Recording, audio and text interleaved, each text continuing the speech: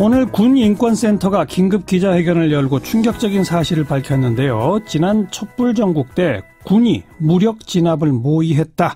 이런 다수의 제보를 받았다. 이런 사실입니다. 군인권센터 임태훈 소장 연결하죠. 안녕하세요. 네, 안녕하십니까. 무슨 얘기입니까? 무력 진압이라뇨? 군이 탄핵 기각될 것을 전제로 네. 기각이 됐을 시 박근혜 대통령이 업무 복귀와 동시에 촛불을 진압하기 위해서 네. 위수령을 발동하려고 했다는 정황이 저희들에게 제보가 됐습니다. 예. 그 정황 좀 더 구체적으로요. 누가 어떤 회의를 했다는 거죠? 구체적으로는요, 지금 현재 육군 참모차장을 하고 있는 구홍모 중장이 예. 수도방위 사령관 시절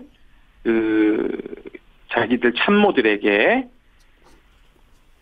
촛불이 이제 저희한테 이제 제보에 된 거에 따르면 네. 탄핵이 기각되면 군 병력을 동원하여 촛불을 진압해야 하니 이것을 준비하기 위한 여러 가지 검토를 하라는 지시를 구두로 내렸다라고 네. 저희들에게 오늘 사실 또 추가로 이게 들어왔습니다. 예, 예. 그래서 그것을 이제 검토를 했다는 것이고요. 수방사는 서울의 경비를 맡고 있죠. 예. 그렇기 때문에 여러분들이 한강에 있는 다리들을 건너다 보면은 군 검문소가 있습니다. 맞아요. 수방사 헌병단의 건물이거든요. 예. 그러니까 우리는 상시적으로 수도방위 사령부의 위수 지역에 살고 있는 것입니다. 네, 네. 그러니까 위수령을 따로 선포하지 않아도 언제라도 군인을 출동시켜서 예. 경비를 시킬 수 있는 것이죠. 네. 그러니까 국회가 가결했지만 헌법재판소에서 만약 기각되면 그 기각에 반발해서 시민들의 시위가 더 증폭되면 군이 진압을 해야 한다. 이런 거군요. 간단히 말하면. 네. 근데 저희가 판단하기로는요.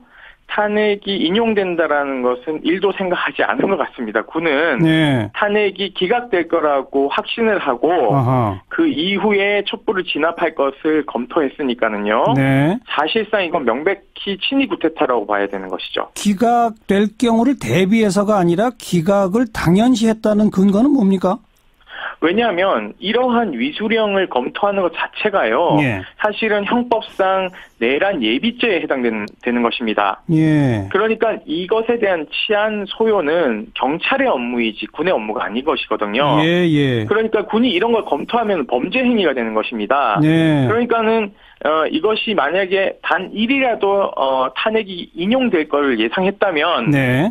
나중에 그것이 발각되면 본인이 수사를 받아야 되는 상황이고 전역을 해야 되는 상황인데요. 그렇죠. 예, 만약을 대비했다면 이런 논의를 하자라고 누가 건의를 한다 하더라도 네.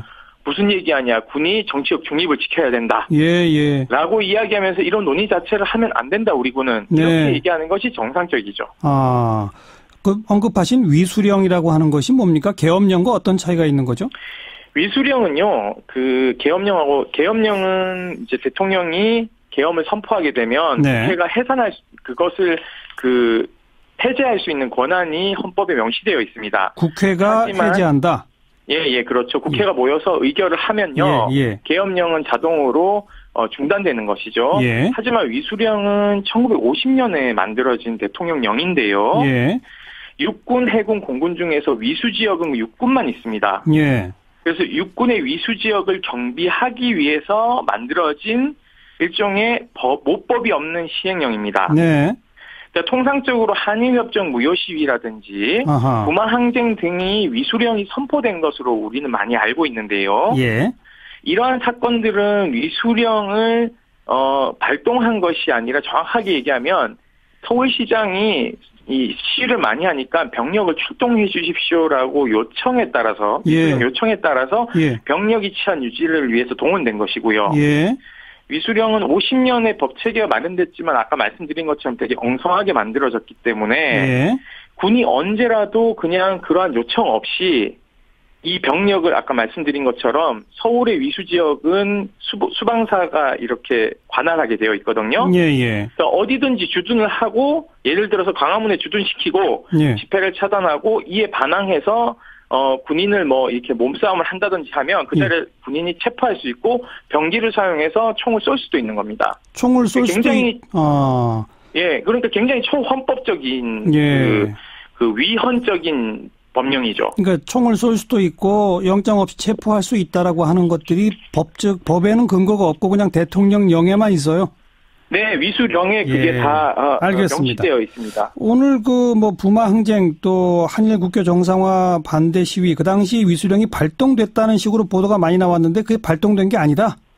예, 위수령은 통상적으로 발동되는 것이 아닙니다. 그냥 위수령은요, 엄밀하게 시도지사의 요구 없이도 이 위수령 1조에 따르면 네. 육군 군대가 영구히 주둔할 수 있다라고 명시되어 있고요. 예. 이 법 4조에 따라서 그 육군 참모총장이 구역을 정해서 그 지구를 위수 지역이라고 선포를 하게 되면 군대를 그냥 갖다가 넣으면 되는 겁니다. 네, 네. 그러니까 거기에다가 무슨 지구라고 예를 들면 광화문 지구라고 해서 육군 참모총장이 수경사령관한테 병력을 동원해서 빨리 주둔하라라고 지시하면 알겠습니다. 주둔이 되는 겁니다. 예. 바로 이제 그런 걸 근거로 당시에 수도방위 사령부 사령관이 부하 직원들한테 이걸 다 준비를 해라라고 지시를 했다 이 말이군요. 네, 그렇습니다. 네. 그리고 이것을 뒷받침하기 위해 폐지 의견을 요청을 했는데 위수령 폐지 의견. 네네. 예. 그것을 국방부에 요청을 한 것으로 알고 있습니다. 네. 예, 그런데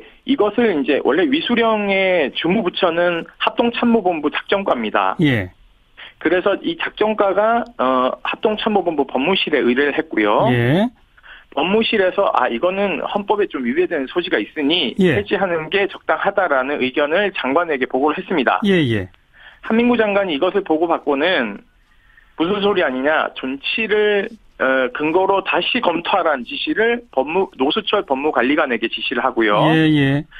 지금 현재도 그분은 법무관리관으로 계십니다. 예. 이 법무관리관이 다시 이것을 합참에 넘기면 안 되니까 다시 반발해서 또 올 게 뻔하니까는요. 네네. 자기 밑에 있는 부하인 법제과장, 지금은 육군 법무실장인 이동호 장군에게 이걸 다시 검토하라고 지시를 하는 것이죠. 그래서 존치하는 것으로 의견을 계속 가닥을 잡다가 10일 날 탄핵이 인용되니까 그제서야 이제 이철 의원실에 부랴 이것은 연구가 필요하다라고 해서 카이다에 연구 용역을 의뢰한 것으로 저희가 알고 있습니다. 카이다 한국국방연구원에 연구 용역을 의뢰했다.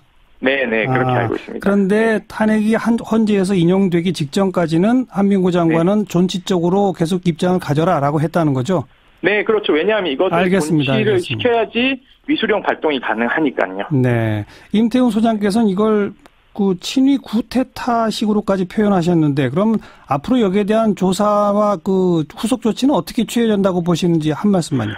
예, 국방부가 현재는 지금 감사관실을 동원해서 감사를 하겠다고 하는데요. 네. 지금 현재 감사관실 그 총괄 서기관이 아까 말씀드린 노수철 법무관리관 밑에서 인권 과장을 하던 사람입니다. 네. 과연 이것이 공정한 조사가 이루어질지도 의문이고요. 이것은 감사할 문제가 아니라 민관군이 합동으로 해서 수사를 해야 되는 거죠. 여기서 민이라는 것은 저희가 일반 검찰을 얘기하는 것입니다. 현재 전역한 사람도 있고 하기 때문에 알겠습니다. 이거는 강하게 수사를 해야 된다고 보고 있습니다. 수사는 즉 내란 예비죄 죄목으로 수사에 들어가야 한다. 네, 강제 수사가 필요하죠. 핸드폰도 포렌식 해야 되고 지금 현재 문서가 남아있는 국방부 온나라 시스템도 뒤져야 하니까는요. 네. 후속 조치 어떻게 될지 지켜봅시다. 고맙습니다. 네, 감사합니다. 군인권센터 임태훈 소장이었습니다.